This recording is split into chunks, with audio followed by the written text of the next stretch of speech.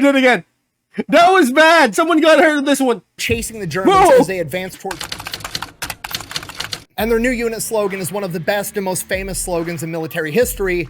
Go for broke, which is a Hawaiian slang term that basically means I'm going all in. I'm pushing all my chips into the table, because that's exactly how these guys felt. They're all in this shitty situation where their former homeland is attacking them. And what if they got to lose at this point?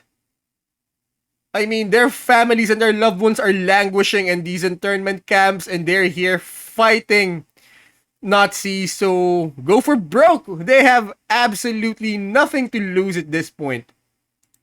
And their new home seemingly doesn't want them, so they're picking their side and they're going all in. From here, the 442nd is ordered to head north and take over a town called Suvareto, and this is going to be the first major military operation that they get to conduct by themselves. This is the ultimate point that they get to prove themselves, where they can say, we did that alone and nobody else helped. And they do it with surgical precision. They end up taking the 2nd and 3rd battalions of the 442nd Infantry Regiment, and they attack the front of the town, and then they send the 1st Battalion, the 1 Puka Puka, around the backside to flank their retreat. Now, 2nd and 3rd Battalion, this is the first time they've seen combat. These guys are green. They just got out of training. So the Germans actually end up launching a semi-successful counterattack, but the 1 Puka Puka, 1st Battalion, sees it happening, and they instantly, without orders, adjust, go through, and they flank the Germans from the side, completely crushing them and taking over. So it definitely was a good thing that the 442nd Infantry is being led by actual combat veterans. The entire town. From here, the 34th Infantry Division continues to advance deeper into Europe, and the 442nd alongside them is credited with over 1,100 confirmed kills and capturing 331 German prisoners of war. They then come up on another German defensive line where the Germans have dug themselves in, called Hill 40, which they end up nicknaming Little Casino because of how hard the Germans resisted, and the town of Castanella. 442nd leads the assault on Little Casino because, like it or not, they are now pretty much America's premier fighting force when the situation is running uphill into enemy gunfire and winning anyways. They premier fighting force in Europe, mind you. Europe. Completely different ball game in the Pacific. Battle the Germans for 3 days straight and end up taking Hill 140, aka Little Casino, which is ironic because their entire motto is about gambling big and going for broke, and every single time they manage to win. Just bet the whole thing, bet the farm. From here, the 442nd goes on R&R for a little while. Then they get called back in. They are going to go into France, and they are getting detached from the 34th Infantry Division, and they are getting reattached to the 36th Infantry Division out of Texas. They travel 500 miles by foot and rail into France. They link up with the Texans, and they go back into battle. Now, combat from here, the terrain's completely different. They're in the Vosges Mountains. This combat is brutal. They're in heavily wooded forests, and every time they have to take a hill with Germans on top of it, the Germans retreat, run down the hill, run right up another hill, and then they have to fight up the high ground again. It's absolutely miserable. And the first thing they need to do is they need to take over a town called Broyers, and in order to do that, they have to take over all the hills surrounding the town. There's 4 big ones, A, B, C, and D. The 442nd is in charge of taking over all the hills, while the rest of the 36th Infantry goes in and takes over the town. 442nd goes... I've heard of this one. Is this the one, where they took one of the hills and the Germans simply, settled up right beside that particular hill for the simple reason that there was no point or there was nothing strategic about that particular hill. But since, both sides were fighting this battle, or by being simply enemies, both sides decided to kill each other despite the fact that these hills, or one of these hills, didn't have any strategic value. They just happened to be there when they fought it out. Forgot the name of that battle. Is this it though? I mean, I'm pretty sure some of you buffs know what I'm talking about. They do their thing. They run uphill into German machine gun fire, take the hills anyways on A, B, and C. But on D, the Germans are putting up a hell of a fight. This battle goes on for hours. It's just a seesaw battle of they drive up the hill, they get driven back down, they drive up, they get driven back down. It is yard by yard brutal combat. They're taking heavy casualties. There's finally a lull in the battle. There's not a wave going up. And normally, all the combat they've been experienced to at this time, the Germans have been pretty respectful of the rules of war, right? When you're not launching an attack, you send out the medics go out there, they pick up the casualties, they pick up the dead, they bring them back, they get everybody taken care of. You extend the enemy the same courtesy. That's usually how it's gone at this point. But now, the Germans are getting desperate because D-Day has already happened. Shit is hitting the fan, and they are no longer playing by the rules. The 442nd Nerves are off. doesn't know that, so they send the medics out. The medics go, they lay out the litter, they grab a guy that's been shot, still alive, probably gonna survive. His name's Abe Ohama. They get him on the litter and they start carrying him back, and then the Germans open up on the medics and the wounded with machine gun fire. Abe Ohama, while he was on the litter, was struck again and immediately killed. Seeing this, the rest of the 442nd, unprompted, without orders, it's gonna make him angry. off, gets on their feet and charges the hill while screaming, takes the entire hill, killing 50 Germans and capturing another 7 as POWs. The 442nd has just conducted what is very Okay, 50. So there were 57 Germans on that hill. They killed 50 and only left 7. I doubt it. I'm pretty sure more than 7 of those Germans surrendered. But again, they were pretty angry about the whole thing, about their buddy and their medics getting killed. Reminiscent of a Japanese bonsai charge. Bonsai! And it's practice that they're going to need for later. From here, the rest of the 36th Infantry goes in, they take over Bruyères, and the 442nd renames Hill D Ohama's Hill. Ohama's Hill. The Lost Battalion. At this point, the 442nd's been fighting nonstop for weeks on end, so they're... The Lost Battalion was a World War I thing. Yeah. They're finally sent back to the rear for R&R, and the second they get there, it's like 2 a.m. in the morning, they immediately get told there's an emergency, they got to turn back around and head back to the front line. The commander of the 36th Infantry, General Dahlquist, somehow got placed in charge of an entire infantry division and had never actually been in combat. In addition to that, men that served underneath him said he seemed to care more about being the first unit into Germany than he did about actually taking care of his guys and keeping them alive. These factors would culminate and come to a head on October 24th, 1944, when he would order the 1st Battalion of the 100... I mean, there's always been this thing about the quality of leadership and the quality of the men. I mean, I forgot who said it, but I didn't agree with the whole thing that the quality of, you get the quality of officers and the quality of men, you actually get better quality during peacetime because the standards are up. Whereas during wartime, the standards go down because good officers, good men, keep getting wounded, keep getting killed. And therefore, the quality of leadership, the quality of the men you get usually goes down during wartime, not during peacetime. 141st Infantry Regiment to overextend into German lines, and they would then be engulfed and completely surrounded by an entire German division. To put that into perspective, if you don't know military unit sizes, that's about 300 men surrounded by about 6,000. So while the 442nd is making their way back to the front lines, General Dahlquist orders the 1st and 2nd Battalion of the 141st Infantry to go in and save their buddies. They go, they try fighting, they end up getting pushed back. And here's the kicker. The Germans just think that the Americans are trying to break through the line. They don't know that the Americans are freaking out because there's an entire battalion surrounded. They have no idea that 1st Battalion is up above them on a ridge. But from the American perspective, they think obviously the Germans know that. So this was the battle that I was talking about where they were simply beside each other and they decided to fight. Okay, this was the battle. They're like, oh shit, we can't punch through the line to go save them. We better start airdropping in ammunition, food, and water so they can stay up on that ridge and fight as long as possible. So they go and try to airdrop a bunch of supplies to them. The airdrop gets caught by the wind and goes off course. And then the Germans are like, wait a minute, why the fuck are the Americans airdropping supplies to us? Oh shit, we have an entire battalion surrounded. There we go. Congratulations, you played. So it's a repeat of the Lost Battalion. Yourself. I mean, I think it's still available in YouTube. The entire film is available in YouTube. You guys just look for it. The Lost Battalion, World War I thing, American unit overextends and then gets cut off from the offensive, and the Germans surround them. So now they start attacking the Lost Battalion too. The 442nd makes it to the front line on October 28th. Now, in hindsight, some of the Nisei feel they were sent in particular because they were deemed expendable, and if they all died, it wouldn't be that big. I mean, you've got a general who couldn't care less about his men, but was more worried about his reputation of making it into Germany. So yeah, reasonable assumption. Big of a deal. However, a lot of the other Nisei like to believe they were sent in because they were the best. So the 442nd goes in, and it is absolutely brutal. The Germans have minefields all over the fucking place. They have fortified machine gun positions. So the Lost Battalion's up there. We go. The 442nd has to approach from here. The Lost Texas Battalion was over here.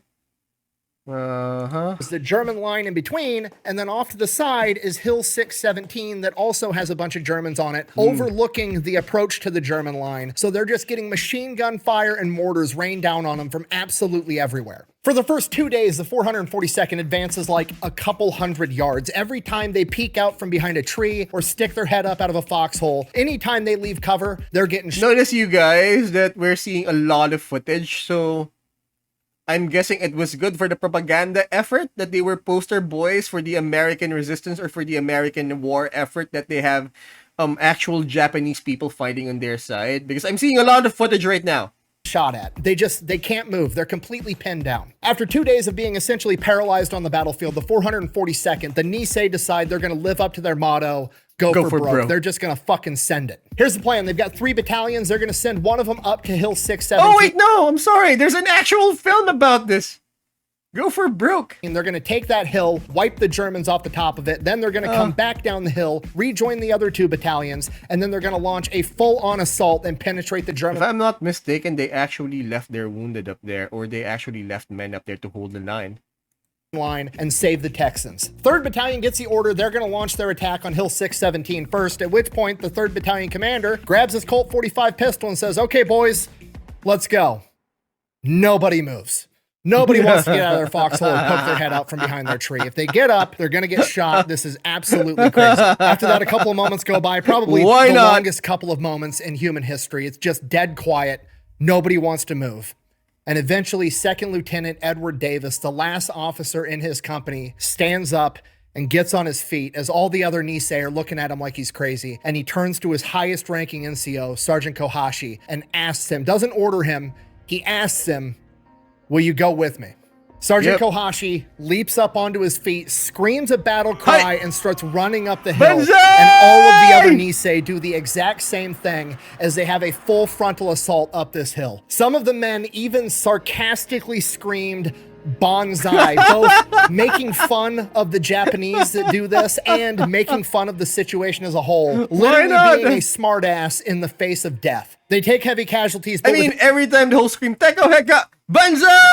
I mean, that was meant to be for the Emperor. May the Emperor live 10,000 years, but some were actually took it as a curse.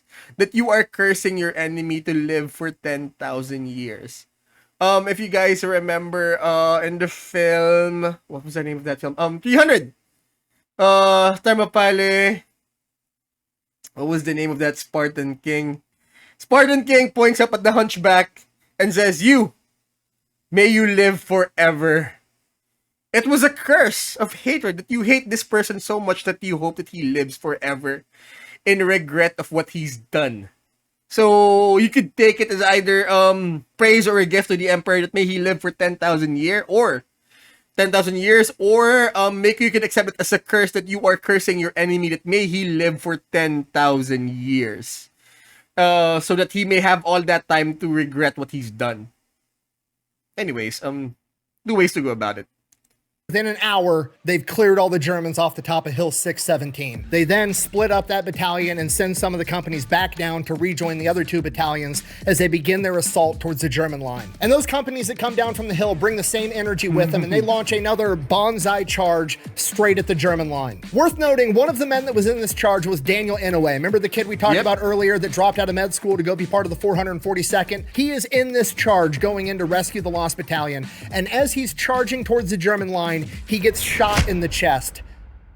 But he carries $2 silver in his front breast pocket for good luck, and they literally deflect the bullet and save his life. The 442nd then proceeds to fight and break through the German line, and what happens next is probably one of the coolest moments in human history. Cutting back to the Lost Battalion, they've been surrounded and fighting for their lives for the past 5 days. They're starving, they're dehydrated, they're low on ammunition, and there's this 19-year-old Texan kid in his defensive perimeter with his gun pointed outward, just waiting for the Germans to come and get him. There's fog, there's smoke, he can't see shit, and off in the distance, he sees a silhouette approaching, and it's getting closer, and it's getting closer, but the silhouette's not shooting at him, so he doesn't shoot at them. And as it gets closer, he can start to see the person through the smoke, and it's a Japanese guy in an American uniform, Private First Class Matt Sakamoto. And as he gets closer, he stops, And Matt Sakamoto and this young Texan kid are looking at each other, and this Texas kid's lip starts quivering and he starts tearing up. He's just had his life saved by this Nisei soldier. And then Matt Sakamoto, in the coolest thing ever, just reaches in his pocket and pulls out a package of Lucky Strike cigarettes, one for himself, and goes, "You want to smoke?" And a couple seconds after that, the rest of the Nisei come walking through the smoke, and they've rescued the Lost Battalion. 64 men of the Lost Battalion were killed in combat. 211 of them were saved by the 442nd. To save those men, the 442nd sustained 800 casualties, 120 dead, and 680 wounded. That was bad. And it is by at this any point that a standard. rational person that's maybe never served in the military would ask, is that even worth it? Should they have went in there to rescue them if it costs that much? And the answer is unequivocally yes. Yes. And it's not because the Nisei were expendable no man or that behind. they were worth less than the Texans. It's because nobody's expendable. When you join the United States Army, when you become a soldier, they make you say the Creed. Soldier's Creed over and over and over again ad nauseum. And in the Soldier's Creed, it says, "I will always place the mission first. I will never accept defeat. I will never quit. I will never leave a fallen comrade." Yep. And those aren't just words that they make you say because they sound good. No, it's Over a and promise to the over person to the and left over and the right again. of you that no matter how bad shit gets, we're going to come to get you because you're one of us. You're not just some number on a spreadsheet that we can plug into a mathematical calculation and determine if you're worth saving or not. No, you're an American soldier and we're coming to fucking get you. Yep. You're goddamn right. And there's never been a better embodiment of this principle than the 442nd rescuing the Lost Battalion. Because not only did they live up to the ideal of you're one of us, we're coming to get you no matter what, they One of also, us. in doing so, proved that they are one of them. The Nisei, the outsiders, the Japanese that nobody can trust, proved irrefutably that They they're are not one Japanese, they're not outsiders, of them. they're just One of us. Americans. They're one of us. Single-handed.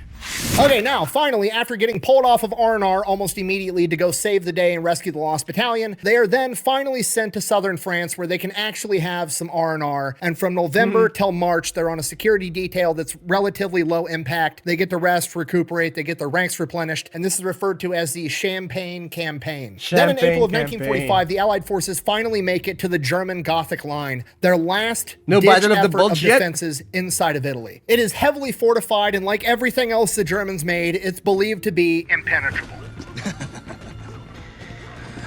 That's actually hilarious. So the Allied forces called up the A-Team. Again. They bring in the 442nd. Nothing has fucking stopped these guys yet. This probably isn't going to stop them either. And because they're the best guys, they're going to get the toughest mission. They are assigned to attack one of the mountain strong points of the entire Gothic line. Literally, the most impenetrable part, that's where the 442nd is going to attack. Now, the reason the chain of command did this is they wanted to use the 442nd as a diversionary attack, right? They're going to have the 442nd attack this super strong point. That way, the Germans are going to send all of their reinforcement troops to this strong point to hold that point, right? And then once all the reserve troops are there fighting the 442nd, because these guys aren't going to So, Che Guevara made these suicide battalion units, and their job, while the main force is actually trying to complete the objective, the job of these suicide units or suicide battalion is to basically slam into reinforcements. That was it. That was their job, to hold back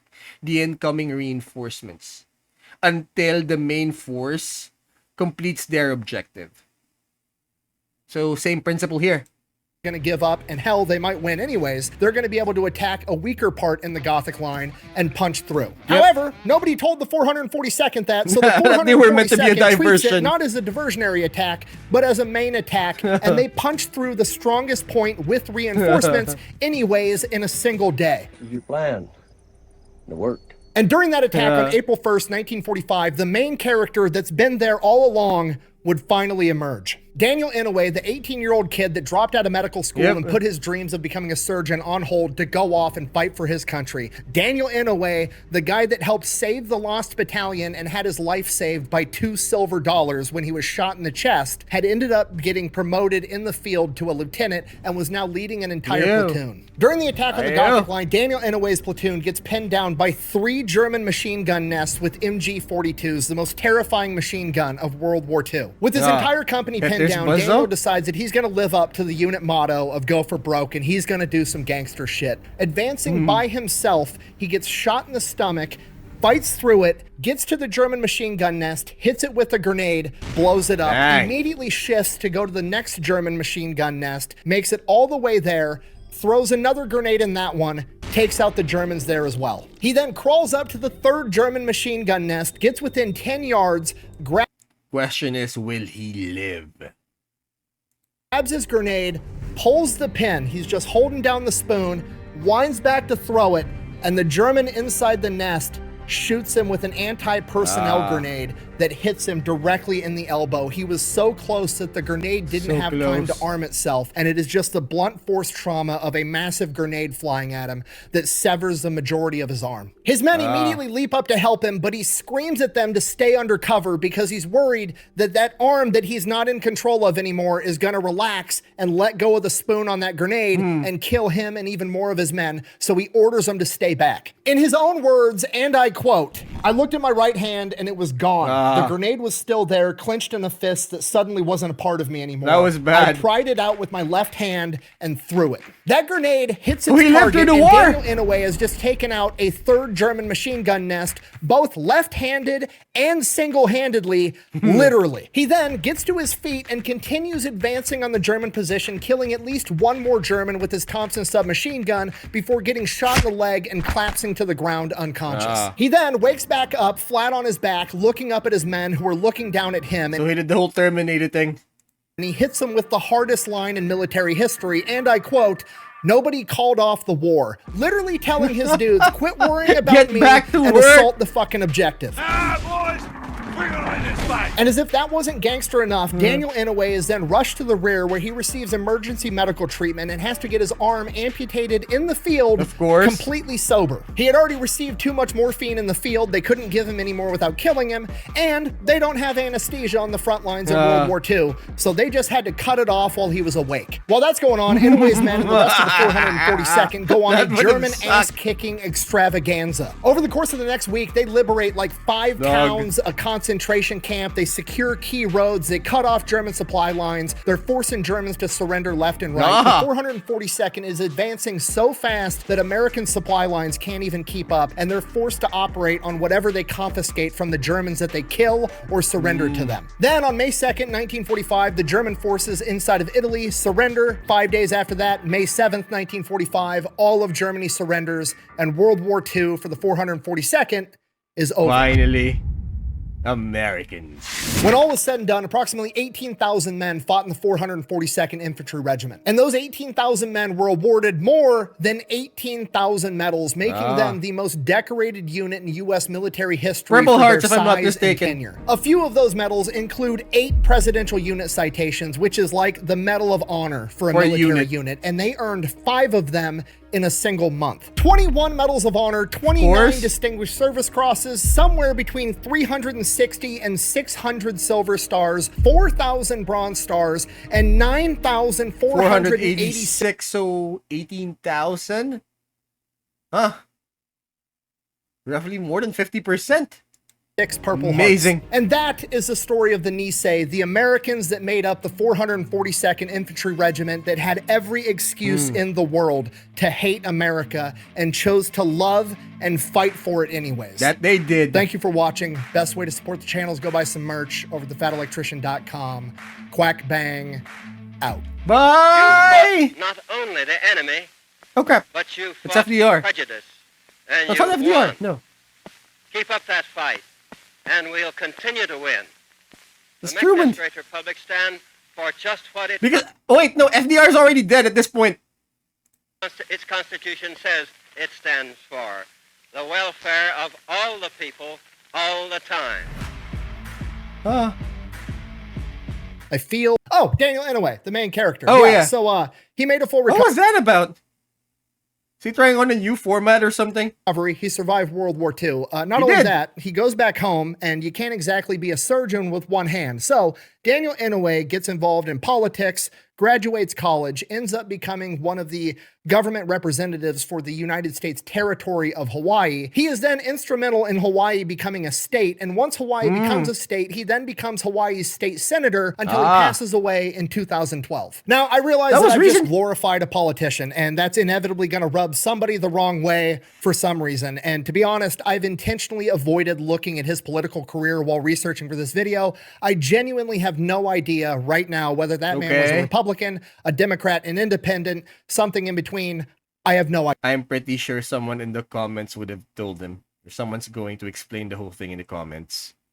But here's what I do know. Regardless of what his politics were, I have the utmost confidence that that's the type of dude that I want in a leadership position, because at the end of the day, I have absolute confidence that he wants what's best for the country and not what's best for his party, which is extremely hard to find in a politician. So yeah, thanks for watching. I really hope I did that story justice. I think so. On the day I left, bye. Is that him? Uniform, I mean, so 2012 was fairly me recent. On the streetcar, sitting side by side, and both of us looking straight ahead, and oh yeah, it's him. nothing Inouye is said until we get close to the destination, when we know that the streetcar is going to stop. He clears his throat and he says, "This country has been good to us. It has given me jobs. It has made it possible for you to go to school. It has. It definitely we have has. lived a good life. We owe a lot to the country. Therefore, if you must give your life, so be it. But whatever you do not dishonor the family. Do not dishonor the country." It appears that this was He didn't dishonor anything or anyone. He brought honor to it. Put it, value system. Because I recall very vividly the night before we began our first attack. So that following morning, I sat down and said, "By the way, what were you people thinking about last night? I'm just curious." After a while, one of them popped up and he said, "I was praying that I don't be a coward." And the next one said, "Yeah, I was thinking about the same thing." Everyone That you don't let down your unit. said the same thing in different ways. Do not dishonor the family, right? So here, these are the men who work in the plantations, who work in the fields, men who volunteered from the camps, you know, because they were a mixture of Kotonks and us. And every one of them, whether they were in Montana, Wyoming, or Arizona, or Honolulu, came out with the same thing. Thank you for watching, guys. So if you want me to check out other stories here on YouTube, please let me know in the comments. We upload on the weekends, Tuesdays and Thursdays. Also, check out our Twitch channel where you can watch me do this live. And please don't forget to like, share, subscribe, do the whole notification button thing to help me out with the algo, and class dismissed.